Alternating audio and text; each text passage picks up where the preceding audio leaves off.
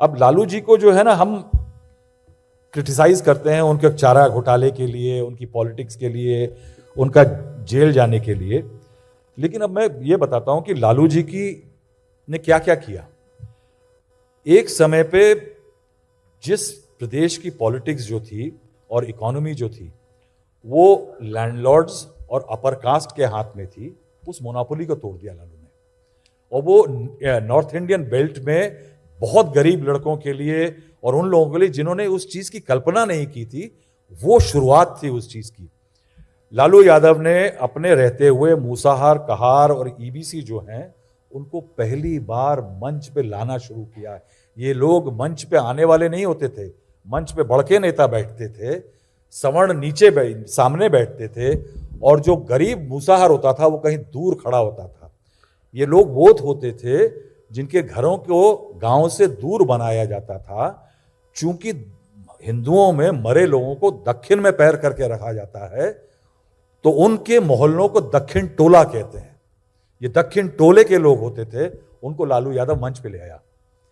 तो इसको मजाक मत समझिए, ये छोटी कल्पना नहीं थी, क्योंकि अगर वो उस दिन नहीं लाए होते, अगर लालू नेता नहीं बने होते, तो उत्तर प्रदेश में या बिहार में ओबीसी वर्ग का वो सम्मान नहीं होता जो कि आज होता, कि अपनी कैबिनेट एक्सपेंशन के बाद नरेंद्र मोदी जैसा प्रधानमंत्री कहता कि मेरी कैबिनेट में 27 ओबीसी हैं।